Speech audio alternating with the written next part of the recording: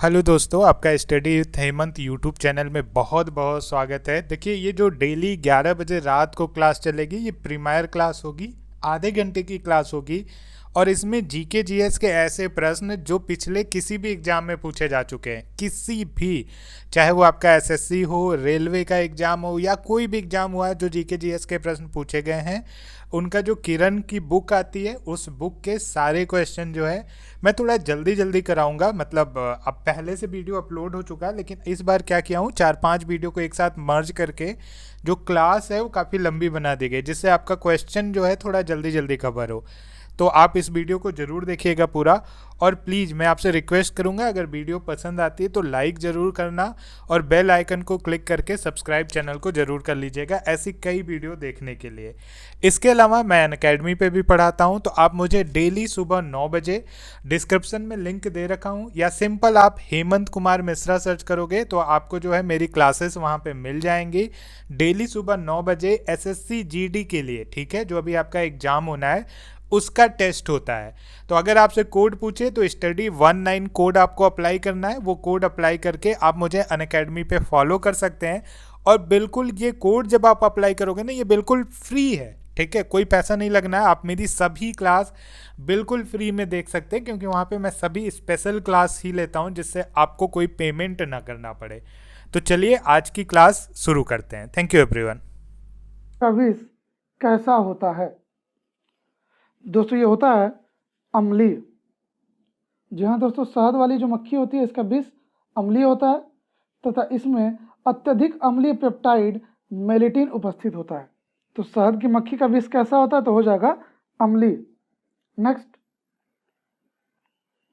नमक का भारी मात्रा में सेवन करने के बावजूद किस पशु को उच्च रक्तचाप नहीं होता, यानी कि हाई ब्लड प्रेशर नहीं होता? तो दोस्तों वो पशु है ऊंट।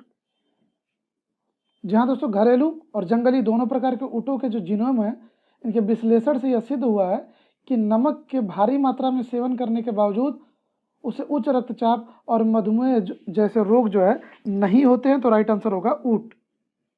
नेक्स्ट, मधुमक्खी के पुंगधूप यानी ड्रोन होते हैं। दोस्तों होता है जननक्षम भर नर, जननक्षम नर। जहाँ दोस्तों मधुमक्खियों में ड्रोन या फिर पुंगधूम जननक्षम नर होते हैं। दोस्तों मधुमक्खियों का जो संभोग है, यह इंसेक्ट्स वर्ल्ड में सबसे नाटकीय यौन आत्महत्या के उदाहरणों में से एक कहा जा सकता है, जिसका अंत ड्रोन की मृत्यु के रूप में होता है। तो राइट आंसर होगा जननक्षम नर। नेक्स्ट, निम्नलिखित में से किस प्रक्रिया में ऊर्जा मुक्त होती है? तो दोस्तों वो प्रक्रिया है श्वसन, यानी श्वसन की प्रक्रिया में ऊर्जा मुक्त होती है। दोस्तों कोशिकाओं में ऊर्जा उत्पादन के लिए अपचयी अभिक्रियाओं को सम्मिलित रूप से कोशिकीय श्वसन कहते हैं। तो किस प्रक्रिया में ऊर्जा मुक्त होती है? तो राइट आंसर हो जाएगा श्वसन प्रक्रिया में। नेक्स्ट, निम्नलिखित में से मानव शरीर की किस प्रणाली से एल्वियोली संबंधित है? तो दोस्तों ये संबंधित है श्वसन प्रणाली से। जी हाँ दोस्तों, एल्वियोली, इसका जो संबंध है मानव शरीर की श्वसन प्रणाली से, यानी रेस्पिरेटरी सिस्टम से।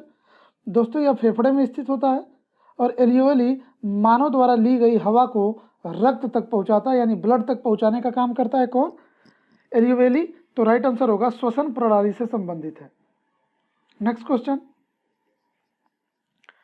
टीकाकरण द्वारा निम्नलिखित में से किसको नियंत्रित नहीं किया जा सकता है?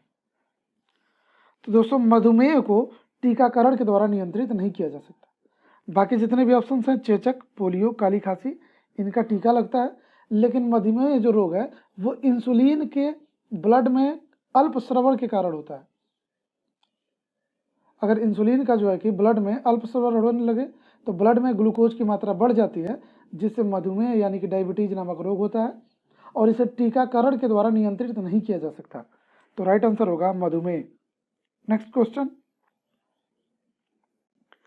एक्सोबायोलॉजी एक विज्ञान है जिसका संबंध है किससे? दोस्तों एक्सोबायोलॉजी का संबंध वायु अंतरिक्ष में जीवन के साथ है। जी हाँ दोस्तों, एक्सोबायोलॉजी दोस्तों ब्रह्मांड में मौजूद विभिन्न ग्रहों, उपग्रहों और चंद्रमा का जो अध्ययन किया जाता है वही एक्सोबायोलॉजी कहलाता है। और इसका जो संबंध है वह अंतरिक्ष में जीवन के साथ है, तो राइट आंसर हो जाएगा ऑप्शन सी। नेक्स्ट, पशुओं का पशु महामारी रोग कौन सा होता है या फिर किसके द्वारा होता है? तो दोस्तों ये होता है विषाणुओं यानी कि वायरस के द्वारा, विषाणु यानी कि वायरस के द्वारा, तो राइट आंसर हो जाएगा ऑप्शन सी। दोस्तों रिंडरपेस्ट रोग, इसी को हम पशुओं का महामारी रोग कहते हैं। दोस्तों यह बीमारी एक प्रकार के विषाणुओं के द्वारा उत्पन्न होती है। दोस्तों यह फटे हुए जैसे खुर वाले पशु, जैसे गाय हो गया, भैंस हो गया, बकरी हो गई, दोस्तों ऐसे पशुओं में यह एक संक्रामक रोग होता है। तो किसके द्वारा फैलता है? तो हो जाएगा वायरस के द्वारा। नेक्स्ट क्वेश्चन, दांत और हड्डियां किससे मजबूती और दृढ़ता प्राप्त करते हैं? दोस्तों वो हो जाएगा हमारा कैल्शियम, यानी कैल्शियम से जीवित प्राणियों में हड्डियों, दांतों और शरीर के अन्य हिस्सों में कैल्शियम पाया जाता है। और दांतों और हड्डियों की मजबूती और दृढ़ता प्रदान करने में भी कैल्शियम की ही प्रमुख भूमिका होती है, तो राइट आंसर हो जाएगा कैल्शियम का। नेक्स्ट, निम्नलिखित में से कौन एक संयोजी ऊतक नहीं है? तो दोस्तों वो हो जाएगा हमारा त्वचा।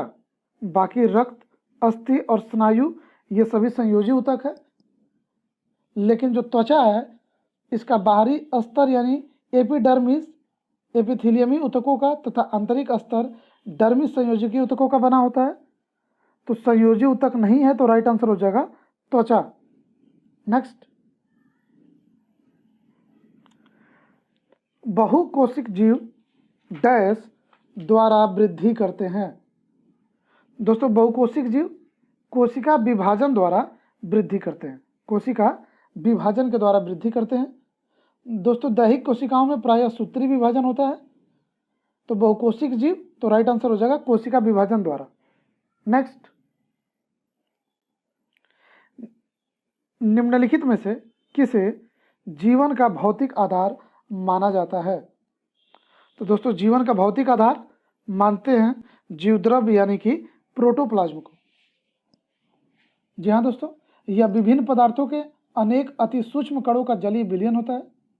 दोस्तों सूक्ष्मदर्शी से देखने पर यह स्वच्छ, रंगहीन और चिपचिपा सा दिखाई पड़ता है। तो जीवन का भौतिक आधार माना जाता है, तो किसको हो जाएगा? जीवद्रव्य यानी कि प्रोटोप्लाज्म को। नेक्स्ट क्वेश्चन, कोशिका में राइबोसोम की अनुपस्थिति में कौन सा कार्य उचित रूप से संपन्न नहीं होगा? यानी कोशिका में अगर राइबोसोम की उपस्थिति नहीं हो तो कौन सा कार्य उचित रूप से संपन्न नहीं हो सकता? तो वो होगा प्रोटीन संश्लेषण। दोस्तों राइबोसोम एक कला रहित कोशिकांग होता है, इसे प्रोटीन की फैक्ट्री कहते हैं। प्रोटीन फैक्ट्री कहा जाता है किसको? राइबोसोम को। याद रखिए, राइबोसोम प्रोटीन फैक्ट्री। दोस्तों इसमें प्रोटीन निर्माण का कार्य संपन्न होता है और इसकी अनुपस्थिति में प्रोटीन संश्लेषण का कार्य नहीं हो सकेगा, तो राइट आंसर होगा प्रोटीन संश्लेषण। नेक्स्ट क्वेश्चन देख लेते हैं, एक विशेष कार्य करने वाले समान कोशिकाओं के समूह को क्या कहते हैं? तो दोस्तों विशेष कार्य करने वाले समान कोशिकाओं के समूह को हम ऊतक कहते हैं। दोस्तों ऊतकों का जो समूह है मिलकर अंग का निर्माण करते हैं, यानी ऑर्गन का निर्माण करते हैं, और विभिन्न अंग यानी कि विभिन्न ऑर्गन्स मिलकर अंग तंत्र यानी कि ऑर्गन सिस्टम का निर्माण करते हैं। तो विशेष कार्य करने वाले समान कोशिकाओं के समूह को तो हम ऊतक कहते हैं। नेक्स्ट, ग्रेगर मेंडल ने किस पौधे पर संकरण का प्रयोग किया था? तो दोस्तों ग्रेगर मेंडल के द्वारा मटर पर जो है कि प्रयोग किया गया था, यानी कि मटर के पौधे पर संकरण का प्रयोग किया गया था। दोस्तों ग्रेगर मेंडल जिन्होंने आनुवंशिकता की खोज की थी, ग्रेगर मेंडल आनुवंशिकता की खोज के लिए जाने जाते हैं। इन्हें आनुवंशिकी विज्ञान का जनक भी कहा जाता है। आनुवंशिकी विज्ञान का जनक कहते हैं किसे हम? ग्रेगर मेंडल को, और जो कि आनुवंशिकता की खोज किए थे। दोस्तों इन्होंने मटर के पौधे पर संकरण का प्रयोग किया था, जिसके आधार पर प्रभाविता का नियम, पृथक्करण का नियम और स्वतंत्र अपव्यूहन का नियम प्रतिपादित किया था? तो ग्रेगर मेंडल ने मटर के पौधे पर संकरण का प्रयोग किया। नेक्स्ट क्वेश्चन, निम्नलिखित में से किस वैज्ञानिक ने सर्वप्रथम जीवित मुक्त कोशिका की खोज की थी? तो दोस्तों वो था Antony von Leeuwenhoek. Antony von Leeuwenhoek को सूक्ष्म जैविकी का जनक भी कहा जाता है और इन्होंने ही सर्वप्रथम मुक्त जीवित कोशिका यानी फ्री लिविंग सेल की खोज की थी। तो राइट आंसर होगा Antony von Leeuwenhoek. Next question देखते हैं, सेलुलोज भित्ति किसके सेलों में पाई जाती है? दोस्तों ये पाई जाती है पौधों के सेलों में, यानी कि राइट आंसर होगा पौधे। जी हाँ दोस्तों, पेड़ पौधों की कोशिकाओं में कोशिका झिल्ली के अतिरिक्त एक अन्य परत होती है जिसे हम कोशिका भित्ति कहते हैं, और पादप कोशिका जो होती है, पादप कोशिका की जो भित्ति होती है वो सेलुलोज की बनी होती है। तो सेलुलोज भित्ति किसके सेलों में पाई जाती है? तो वो हो जाएगा पौधों में। नेक्स्ट क्वेश्चन, स्वपरागण का परिणाम क्या होगा? तो दोस्तों ये होता है अंतः प्रजनन। यदि किसी पुष्प में परागण उसी के पराग द्वारा हो तो उसे स्वपरागण कहते हैं, और दोस्तों स्वपरागण का जो परिणाम है अंतः प्रजनन होता है। तो राइट आंसर होगा अंतः प्रजनन। नेक्स्ट क्वेश्चन, मादा युग्मक को क्या कहते हैं? दोस्तों मादा युग्मक अंडाणु कहलाता है। जी हाँ दोस्तों, लैंगिक जनन में दो विशेष प्रकार की युग्मक कोशिकाएं भाग लेती हैं। वृषणों में नर युग्मक कोशिकाओं को शुक्राणु यानी स्पर्म तथा अंडाशयों में बनने वाली मादा युग्मक कोशिकाओं को अंडाणु या फिर डिंबाणु कहते हैं। तो राइट आंसर हो जाएगा अंडाणु। नेक्स्ट क्वेश्चन देख लेते हैं, नारियल का पानी है क्या? तो दोस्तों नारियल का जो पानी होता है वो विकृत तरल एंडोस्पर्म है, विकृत तरल एंडोस्पर्म। तो नारियल का पानी हो जाएगा ऑप्शन डी। दोस्तों आज के लिए बस इतना ही।